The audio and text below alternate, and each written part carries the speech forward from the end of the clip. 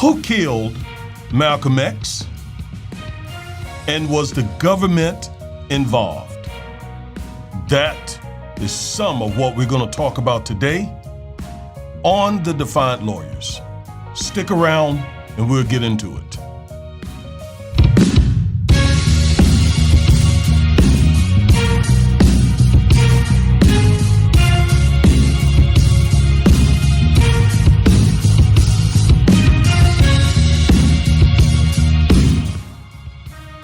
Thank you. Thank you very much for tuning in to The Defiant Lawyers. I am Augustus Corbett. I am a licensed attorney here in the state of Texas. I'm also known as the Minister of Justice. Each and every Saturday, my daughter and I, who is my law partner, we come to you and provide you a legal analysis of trending politics, policies, personalities, and pop culture, to empower you with the information you need to defy this unjust legal system. If you're not a subscriber, please subscribe, share, like, and comment on this video. So we got a lot to talk about today, a little bit of time to talk about it, so we'll get right into it. So first, we want to talk about this really developing news story about the death of Malcolm X. So we know this past week, the family of Malcolm X and their attorney, Ben Crump, announced that the family would be filing a $100 million lawsuit against the NYPD, the CIA, and the FBI. The FBI, NYPD, and the CIA, they're going to be seeking $100 million in this wrongful death lawsuit. I find this very interesting, because it raises questions that have always sort of circled and swirled around Malcolm X's death, and that is, who really killed him, and what was the government's involvement, if any? Those questions are now back on the front burner. So we want to get into it. Now, Malcolm X was killed many years ago, and I know some of you folks probably are not that familiar with Malcolm's death. I am. I read his autobiography several times, and it was riveting, to say the least. And Malcolm was a riveting figure, no question about it. So I'm very familiar with the events that surround his death, and I want to familiarize you so that you know exactly why this is such a huge deal for this family and for this country, quite frankly. Now, Malcolm X was murdered at the Audubon Ballroom in Harlem, in New York City, on February 21st, 1965. In fact, the family announced their lawsuit on February 21st, which would have been I think this is the 38th anniversary of his death, his unfortunate death. And so obviously they used that day to announce, the lawsuit. I was about 3 years old. My birthday was just on the 23rd, so I turned 3 years old. I don't remember his death, but I was alive when it occurred. Now, to give you just a little more history, Malcolm X was a person who was born in the Midwest. The Ku Klux Klan murdered his father, and his mother suffered mentally from that situation, from her husband being murdered like that. Malcolm later moved to Harlem, New York, and became a gangster and ended up having to go to prison. He left Harlem, moved to Boston, got in some trouble, went to prison. and in prison he became a Muslim. He joined the Nation of Islam. And I think some of you all know that I too, in my younger days, was a practicing Muslim. I was not Nation of Islam, but I was a Muslim. I am a committed Christian today, but then I was a Muslim. So Malcolm was a minister with the Nation of Islam, and he was over a mosque in Harlem, New York. And Malcolm and the Nation of Islam began to have issues. Reportedly, they began to have issues when Malcolm made some comments around the assassination of John F. Kennedy. The leader of the Nation of Islam at that time was Elijah Muhammad. And Elijah reportedly told Malcolm not to make any comments about John F. Kennedy's assassination. And reportedly, Malcolm made comments, and as a result of that, Elijah Muhammad silenced or set Malcolm down. And many in the Nation of Islam also became, if you would, jealous, envious of Malcolm, because his rise as a civil rights activist really took off. He became a very popular civil rights activist because he was well-spoken, he was powerful, he was fiery, he was bold, he was courageous, and the young people especially really loved Malcolm. Now, he was alive about the same time as Dr. King, Dr. Martin Luther King, and they were friends. Their families were friends and still are to this day, I understand. And Dr. King was nonviolent. He was sort of the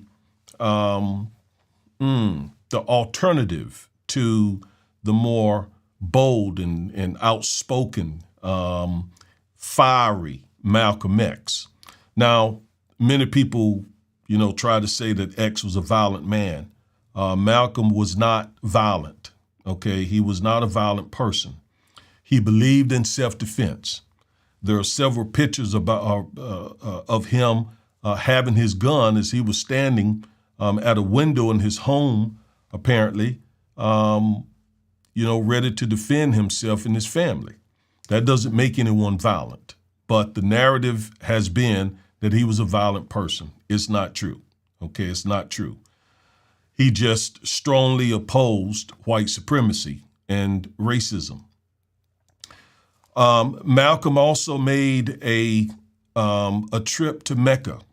This is something that Muslims are supposed to do once in a lifetime, go to what they feel is the holy place of Islam over in Mecca, Saudi Arabia. And Malcolm made that pilgrimage, he made that trip. And while over there, he sort of dropped some of the things, he stopped believing some of the things that Elijah Muhammad was teaching the Nation of Islam. And he reportedly became less sort of antagonistic toward whites in the sense of he reportedly came back and said so in his autobiography. He came back with somewhat of a change of heart because he, while in Mecca, spent time with white Muslims and black Muslims and brown Muslims and so forth. So he came back to the USA with a different mindset. However, his beef with the Nation of Islam, or shall I say the Nation of Islam's beef with him, was in full swing. And so eventually Malcolm X, not long after he returned from Mecca, was murdered. Again, he was murdered at the Audubon Ballroom in New York City, in Harlem, on February 21st, 1965. Now, these are the three men who were charged and convicted of murdering Malcolm X. Khalil Islam, Mujahid Halim, and Muhammad Aziz. So these three men were convicted. The man in the middle, Mujahid Halim, he confessed to being involved in the murder of Malcolm X. However, he said that the two other gentlemen were not, that they were innocent. In fact, this is a big part of this developing story because in 2021, those two men, Mr. Islam and Mr. Aziz, were exonerated and released from prison after spending several decades in prison.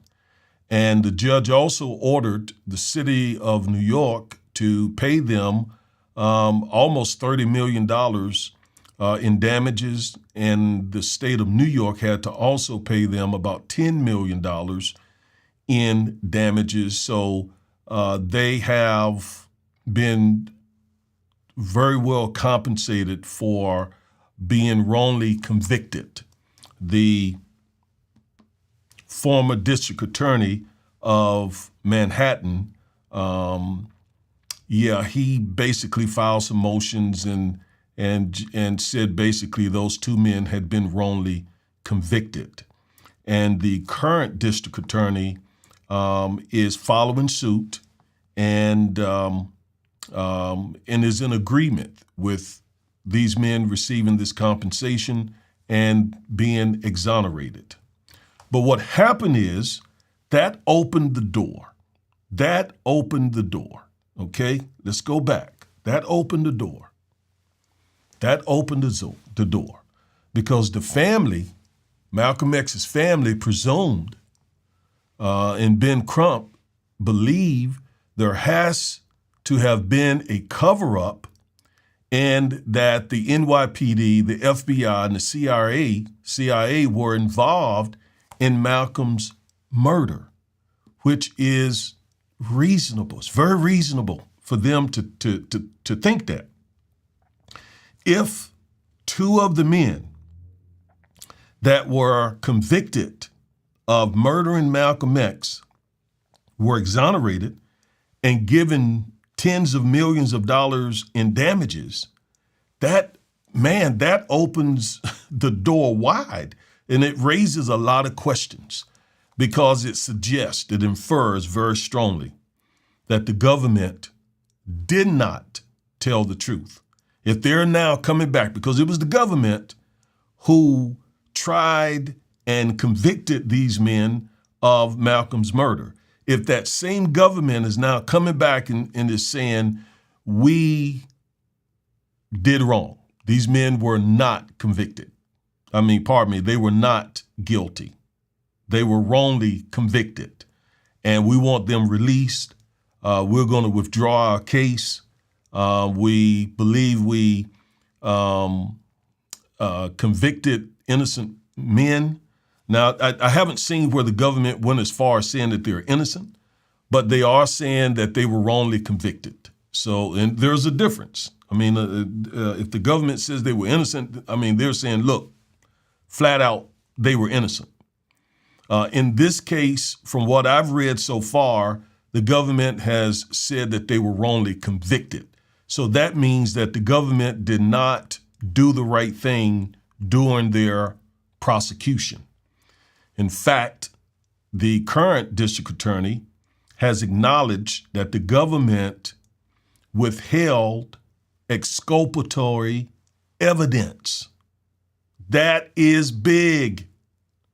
Exculpatory evidence is evidence that tends to show that someone is innocent of the crime that they're being convicted of. Yet the government withheld evidence that could have perhaps resulted in these two men being found not guilty. So what is that evidence? Well, Malcolm's family and Ben Crump, they want to know. So they have announced they're planning a $100 million wrongful death lawsuit. And when they file that lawsuit, they will be able to do discovery. They will be able to do depositions and try to get to the bottom of what the government has hid over all these years. Now, I want to play a few minutes of the press conference that Ben Crump and Malcolm's family did, and we'll be right back. Wrongful conviction that the government settled the matter of Mr. Azir and Mr. Aziz for tens of millions of dollars. This is important for many reasons. One of the most important reasons, it gives Malcolm's daughters an opportunity to seek legal redress, finally, based on the government's admission that they conceal evidence involving the assassination of Malcolm X. The truth of what happened and who was involved has always been critical. So today, at the Malcolm X and Dr. Betty Shabazz Memorial and Educational Center, we announce and give formal notice to the City of New York, the State of New York, and the federal government and its agencies, the FBI and the CIA, that the family members intend to sue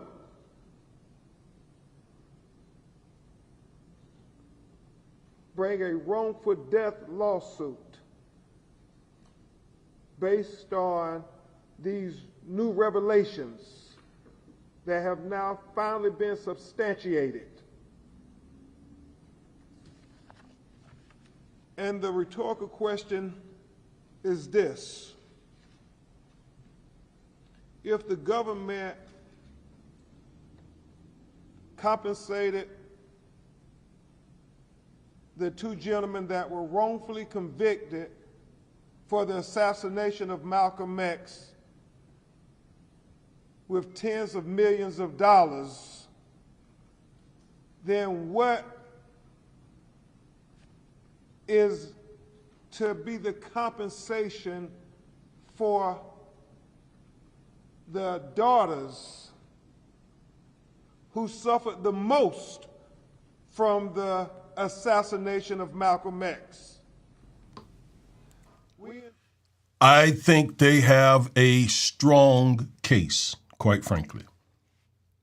If the government is saying we messed up to the tune of almost $40 million to the two men who were wrongly convicted, then, as Ben Crump just said, what about the daughters who lost their father? If any money should be handed out, it should be to the two daughters. I think there were two daughters. I'm not sure. It could have been three. However many daughters, they are the ones who are really entitled to compensation for so many things. I think they have a very strong case. I believe all the folks involved, that is the state of New York, the city of New York, the NYPD, the CIA, the FBI, I would think would be very amenable to putting money on the table to finally getting this matter behind everyone. It's what I would think. I'm not sure about that, but I would think. I just find it hard to believe, especially with the folks who are in or who are over the federal government. The president is Joe Biden. The Attorney General is Merrick Garland, who was appointed by Joe Biden. The FBI, Christopher Wray, is, or at least seems to be, a reasonable person. And the city of New York, the mayor, Mayor Adams, the police department, NYPD, is an African-American woman. Can't think of her name right now. But Eric Adams is over the NYPD in the city of New York. I would think, given those set of players, that they would be willing to put a good amount of money. If they gave the two wrongly convicted men who spent decades in prison for a crime that the city now believes they didn't commit, what about the daughters who lost their father? I think it's a very strong case. Now, you may ask, his death was many years ago. Isn't there a statute of limitations? Typically there is. I'm not a New York State licensed attorney, but typically there is. In most states, I don't know about New York. I think New York's statute of limitations is maybe 3 years. Here in Texas is 2 years. But when there's newly discovered evidence, then you typically can get around any statute of limitations problem. Because the thinking is, your defense to the statute of limitations, if anybody raises that, is we didn't know what we now know. Now we know you all hid the ball. Now we know that you all did not do the right thing. You admitted it in that you freed these men and gave them all this money. So you admitted that you did not do the right thing. So now that we have that information, now we have the basis to file the lawsuit, and the statute of limitations should be told, meaning it should have stopped years ago, or the judge should rule that it stopped many years ago, the moment the city of New York and all the other players did the wrong thing. So, I don't believe there'll be a statute of limitations problem. So I think it's a very strong case. There is another player here that I want to bring his face on the screen. This man, J. Edgar Hoover, FBI Director J. Edgar Hoover. He hated blacks. In fact, on June 6, 1964, he sent a telegram to the FBI New York City field office demanding that that field office do something about Malcolm X. Now, I would call that a smoking gun.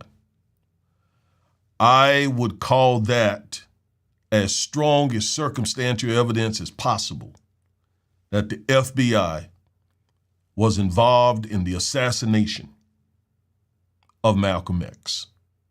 Now, once again, let me put this man's face back on the screen, because he admitted, the man in the middle, Mujahideen Halim, he admitted that he was involved in the assassination of Malcolm X, and that his two co-defendants were innocent.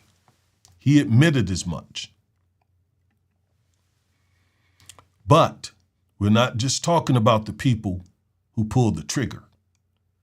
We're talking about the people who were behind, conspiring, putting things in place to bring about the death of Malcolm X. Now you see in this photo at the bottom down there, you see a copy of a memo, a memorandum. And you see also that this is called Counterintelligence Program. And Black nationalists, racial intelligence, can't read the rest of it, Black Panther Party. COINTELPRO is what it's shortened and known to as today. And that was this spy program that J. Edgar Hoover and the FBI did to put together to spy on American citizens, specifically African-American civil rights leaders, all of them, King, Malcolm X, Stokely Carmichael, the Black Panther Party, all of them. The FBI was spying on them and working against them. J. Edgar Hoover was an evil white supremacist, an evil white supremacist. So when I read these words, do something about Malcolm X coming from Hoover, that to me was a hit.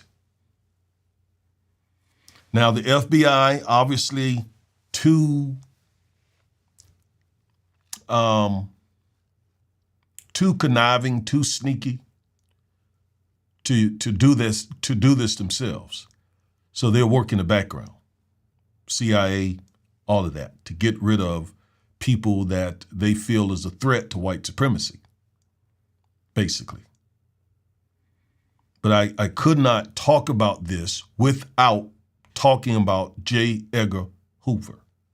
So I am hoping that this family, and my wife texted me and said that Malcolm has 6 daughters. When he was killed, 4 of them were in the ballroom with him.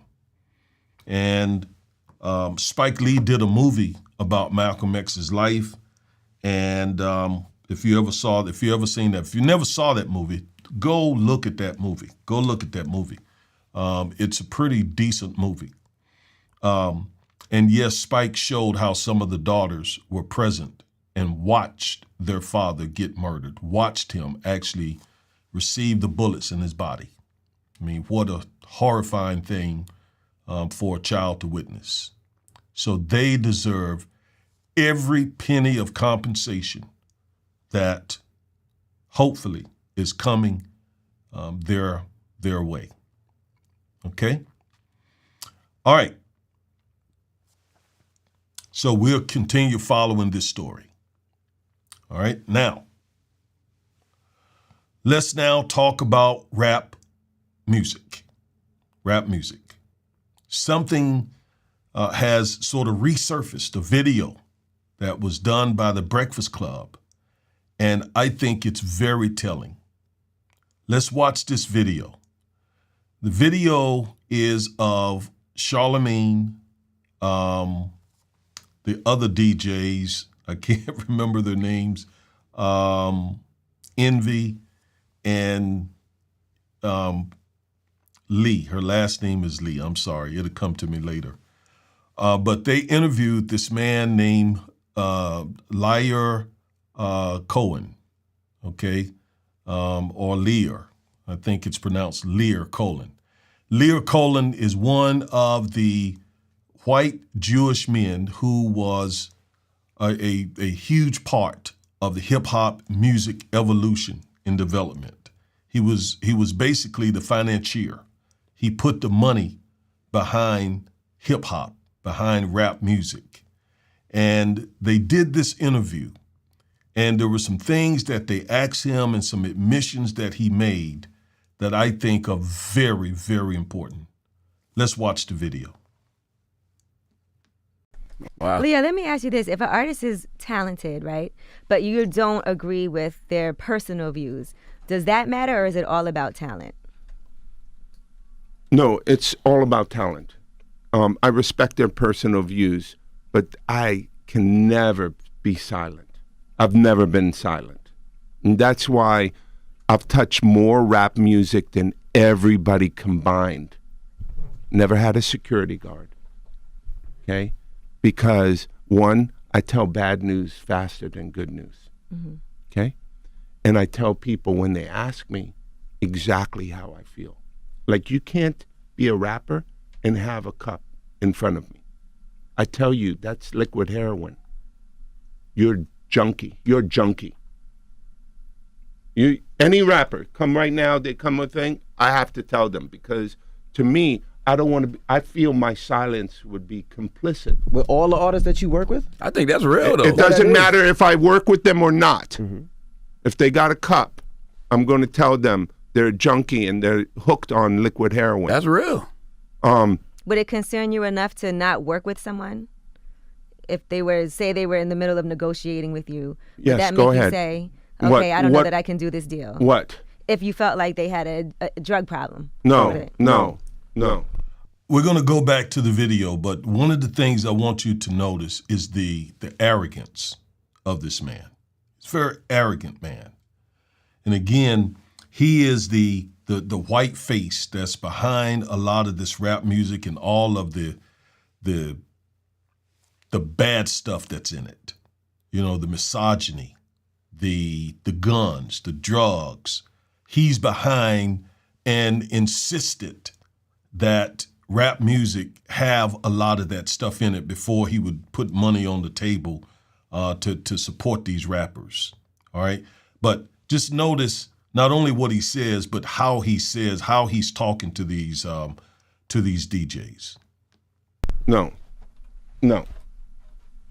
It's part of the math in my brain. Nothing good happens with junkies. Okay? Because remember, junkie, the definition of junkie means you have to hit a wall to get better. Now, there are many people who have been able to... He calls these rappers junkies because they drink stuff, drugs, they do drugs, and so on. Not all of them, but some of them. He calls them junkies, but he promotes what they're doing, and he profits off of it.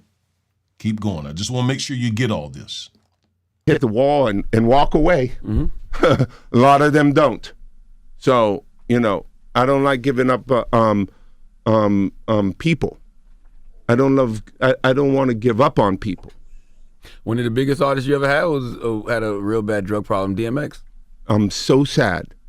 DMX, there's two people inside of him.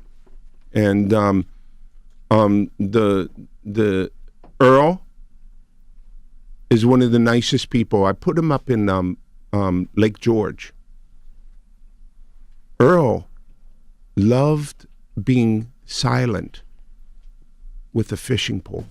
I shit you not. Mm-hmm. He just would stay on that dock hours and hours and hours and hours.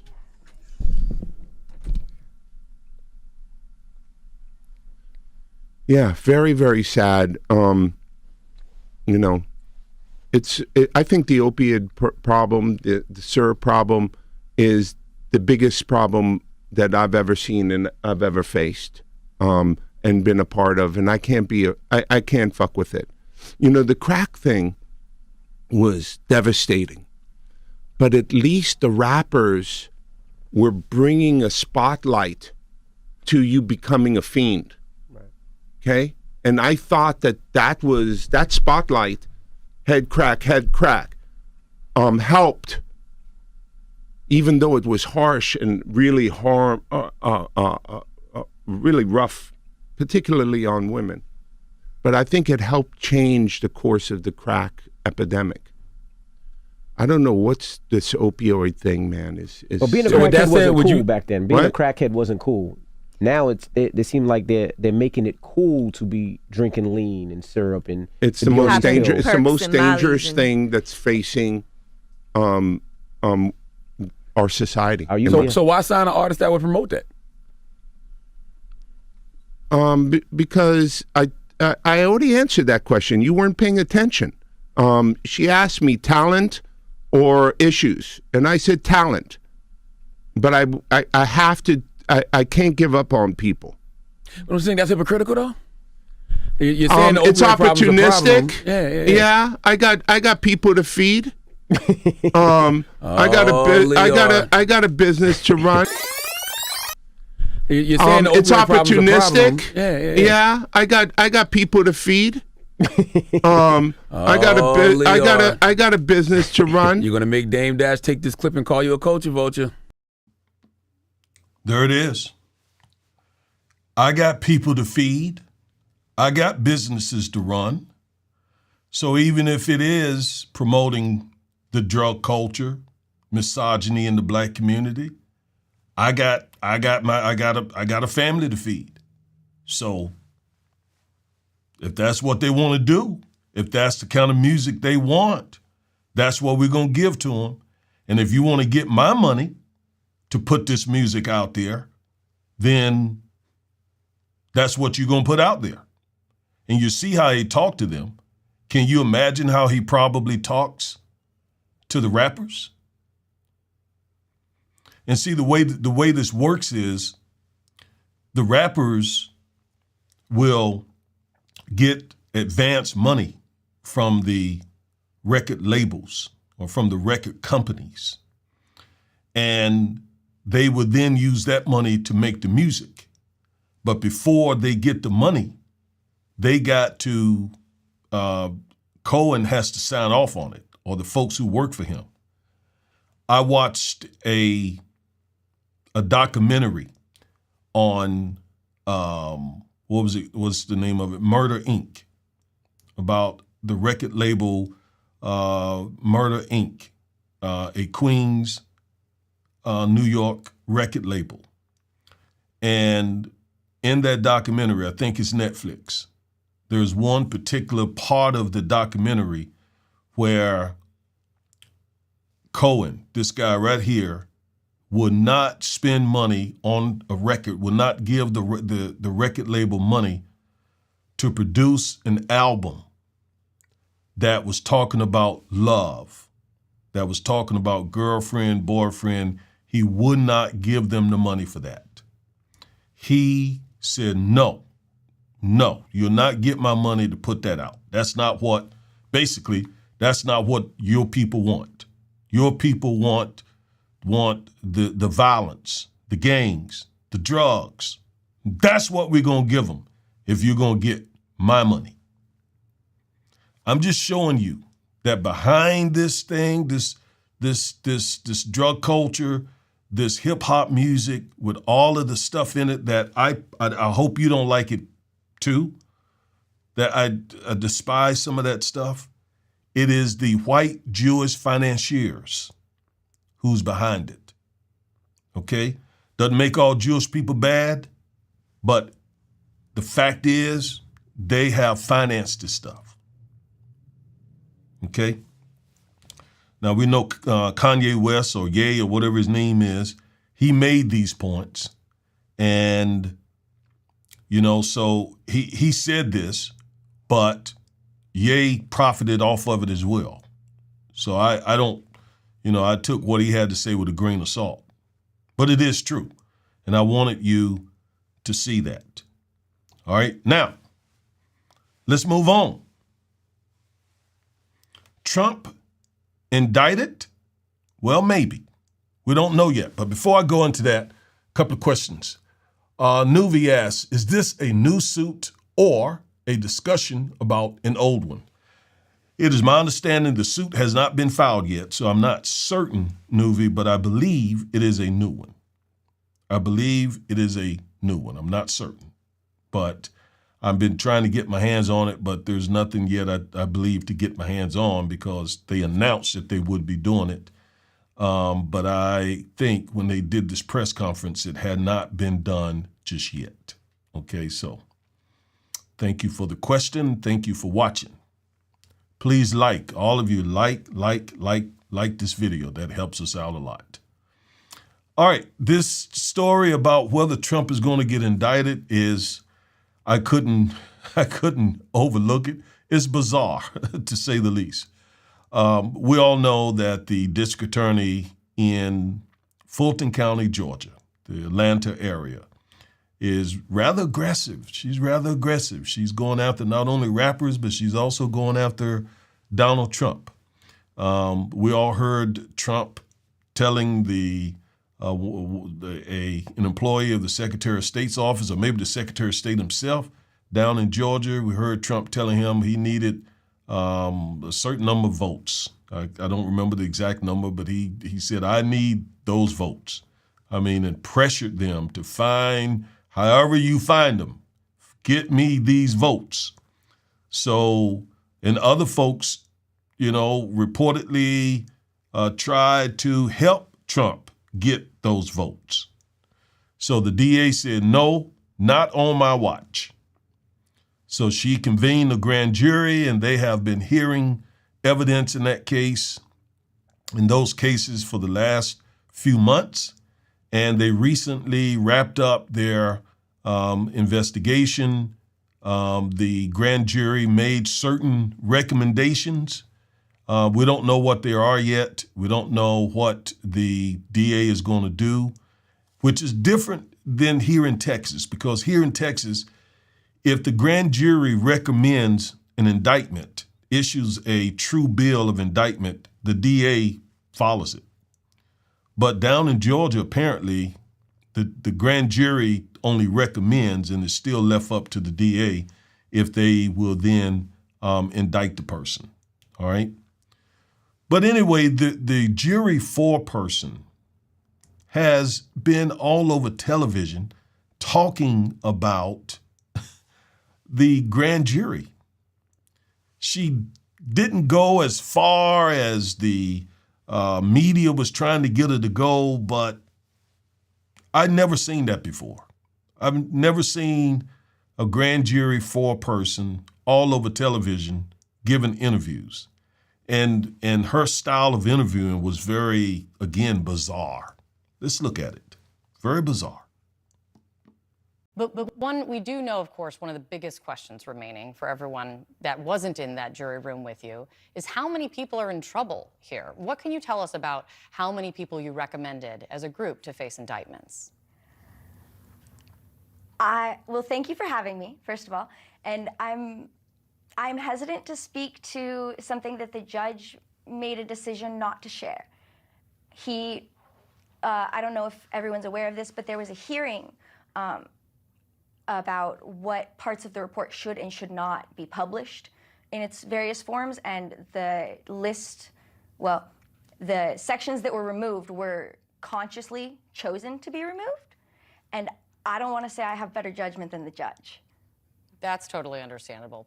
Would you say, when it comes to, there are indictments recommended, of course. Is it Yes. more than 12 people? Is it more than 20 people? I think if you look at the page numbers of the report, there's about 6 pages in the middle that got cut out. Allow for spacing. It's not a short list. Not a short list. More, I mean, when it comes to 75 witnesses, like, it's not, I assume, of course, it's Right. not 75 people. Would you characterize it as 20-ish people? I can't say I counted. Okay. More than a dozen, though, I think I'd heard you say in another interview? I believe so. That's probably a good assumption. The name that everyone wants to know about is former President Trump. Of course. Did you recommend charges against Donald Trump? I really don't want to share something that the judge made a conscious decision not to share. I will tell you that it was a process where we heard his name a lot. We definitely heard a lot about former President Trump, and we definitely discussed him a lot in the room. And I will say that when this list comes out, there are no major plot twists waiting for you. You know, it's interesting. That just raises more questions. Wow. What a bizarre interview, and respectfully, a weird person. I mean, the way she sort of cavalier about this. And as an attorney, let me tell you something. If I was representing someone and the foreperson came out and did a media blitz and dropping hints and clues and all of this, oh, wow, we would think we were just handed a birthday gift. We couldn't wait to get this matter in front of the judge.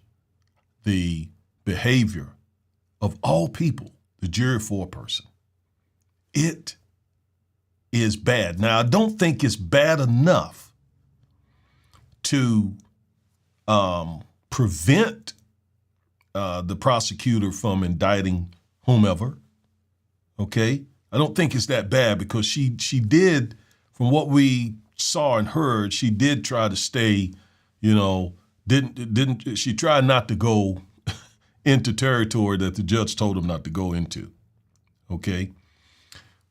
Which is also sort of weird because it seems to me the DA, the judge would have just basically told him just to be quiet altogether. But the judge sort of carved out what they could talk about.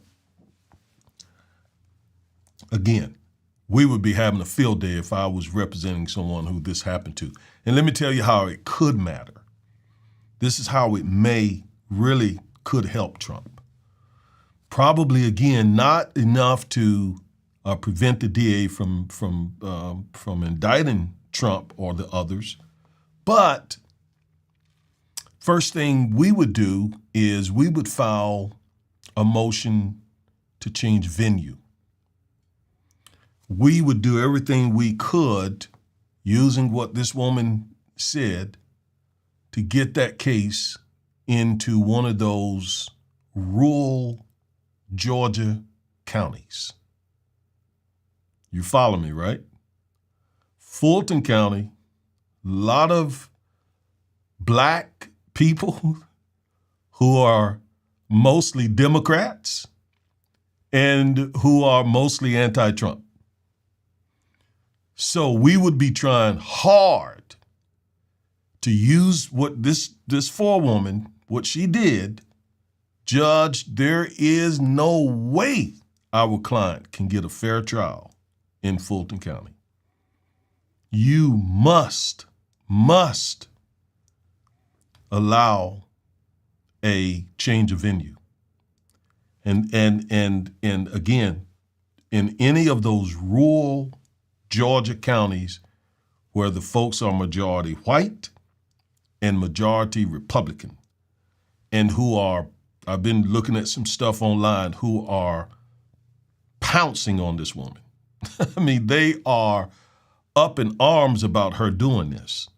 So they would be so ready to sit on a jury and find Trump not guilty of everything. So that may not interfere with the indictment, but later on, it may cause a change of venue.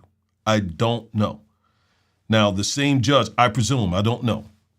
Again, I don't practice in Georgia. I presume the same judge who instructed the grand jury on what they could and couldn't say may deny the change of venue because, especially if he or she found that the foreperson did not, violate his rules.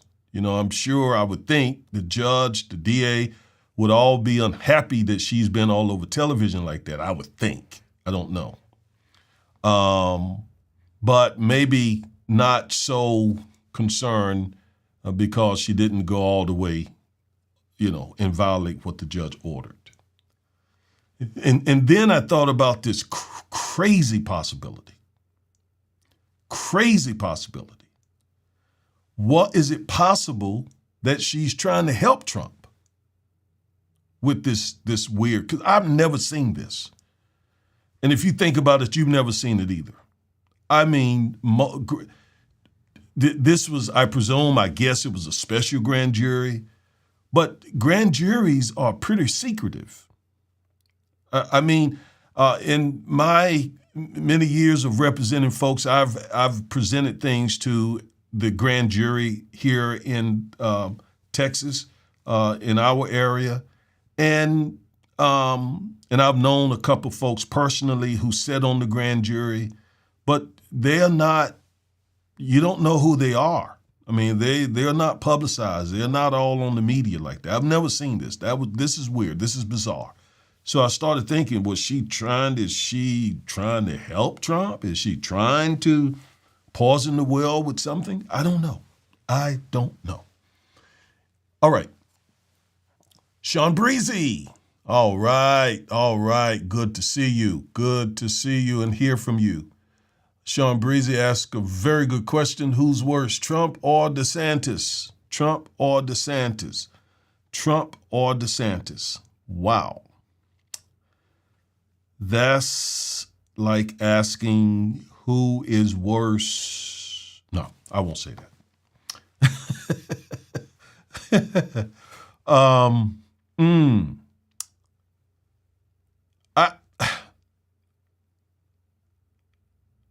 I don't know. I don't know, quite frankly. They're both very, very, very bad. Trump is white supremacist. He is uncouth. He doesn't care. We think very wealthy, which means he has some freedom and liberty that DeSantis may not have. I don't know. He has no filters. So with that in mind, he's, some could say he's worse than DeSantis. But then on the other hand, for those very same reasons, DeSantis could be worse because he's not going to be out there. They believe the same thing. They're both white supremacists. They both are just really committed to preserving white supremacy and holding down black progress. They are both very, very, very committed to that. And they represent a constituency that is also very committed to that. Otherwise, they wouldn't even be serious contenders for the GOP primary. But they are, because they know the people that are going to vote for them are also wanting to preserve white supremacy and to keep back or keep down black progress. DeSantis, though, much more polished, much more couth. So he, could maybe get further than Trump because, Trump's bombastic ways got him impeached twice, and he just caused brought a lot of negative attention upon himself and the GOP. DeSantis will get the same things done, but, without bringing a whole lot of attention to the party and to himself. So he could very well get even more stuff done in the preservation of white supremacy. So I guess if I had to make a choice, I think it would be DeSantis. I know I'm going to do everything I can to prevent him from becoming the president of the United States of America. A man who this stuff that he's done, he has built his campaign on fighting Black Americans and Black Floridians, right? I mean, he personally handled racial gerrymandering, got rid of one predominantly Black voting district in Florida. He walked through and championed anti-protest laws, anti-CRT laws. He here recently opposed an AP African-American history class. I mean, who does that? Well, if you're a white supremacist and you're trying to get the votes of other white supremacists, that's what you do. And that's why this is going to be very interesting. It's going to be offensive. Him and Trump, they're going to try to out white supremacists each other, right? They're literally going to be like, I'm more white supremacist than he is. No, I'm more white supremacist than he is. No, I'm the real white supremacist here. And so as they do that, trying to prove to their base how white supremacists they are, there is no telling what they're going to do to prove their bona fides as white supremacists. So it's going to be really, really interesting. All right. Okay, so we come into a close. The last thing that I want to talk about here is, let's see, Black history. Black history. And it's real simple what I want to talk about regarding Black history. Okay? Real simple. Real simple. Here you go.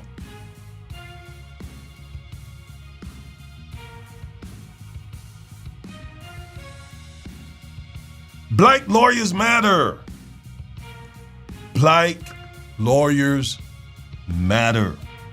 In honor of Black History Month, I want you to not forget that Black lawyers matter. You see the face of Ketanji Brown Jackson, Justice Ketanji Brown Jackson, and you see the late Justice Thurgood Marshall. I could pepper this slide with so many Black lawyers who have been so instrumental and critical in the fight for racial justice.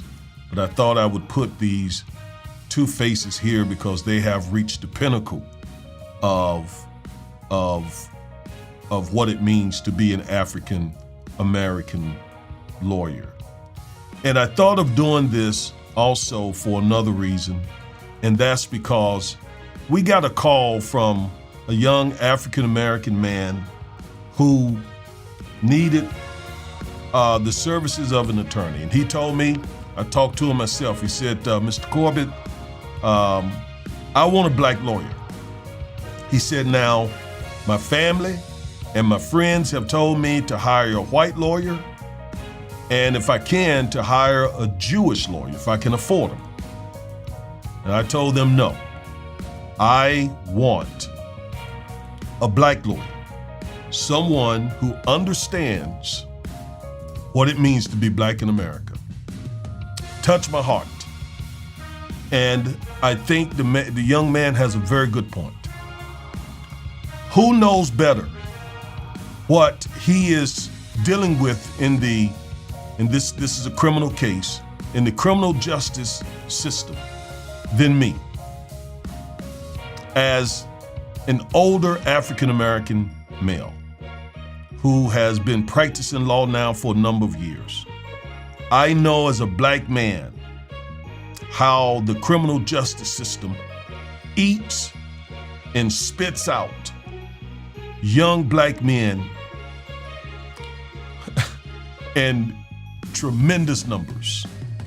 And oftentimes it is my daughter and I who are in the back rooms of the courthouse fighting for these young men, fighting like they were my son or nephew or neighbor's son, etc. I think he has a very good point. And that is not to suggest that some white lawyers won't do the same. Not saying that. There are some very good white lawyers. But I think pound for pound, give me the brother. Give me the brother. Give me the brother. Now, I want to stress that is not always true, because I'm going to tell you, sometimes I have depended on the Black person in the bunch to do the right thing, and they did the absolute worst thing. You cannot always assume that just because the person is Black, what's the old saying? Everyone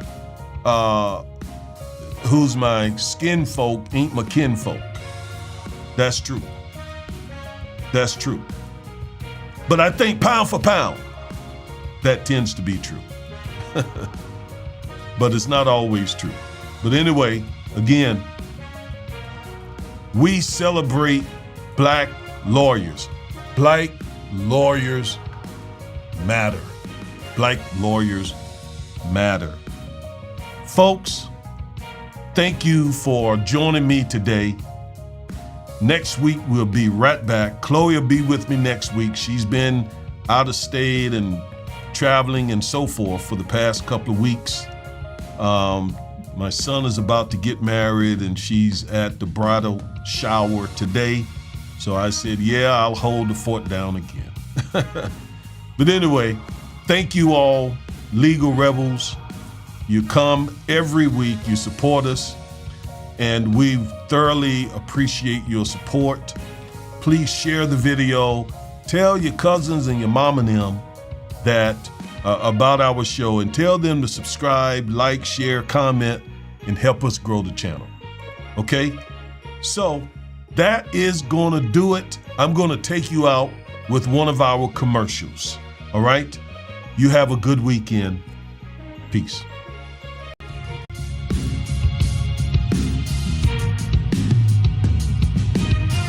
That Corbin and Corbett legal team, fighting for the rights of the people. That father-daughter team, investing in the youth when the system ain't treating them equal. Providing truth for our people, we able to reach them. So anytime you get accused for a crime and Lord knows you ain't do it, we here to get you through it. Exemplifying prudence and glorifying God, making sure you're compensated for other people's doings. Our vision is to be one of the best. We're small enough to focus on your matter throughout the neighborhoods of Dallas. Working constantly and making sure your rights are protected. A firm team of lawyers, aggressive, effective. A team that has your back in the courtroom. Two well-spoken black lawyers in the courtroom. Investing time and resources when it's evident that you were treated wrong. Now you walking out of Dallas courtroom with a settlement.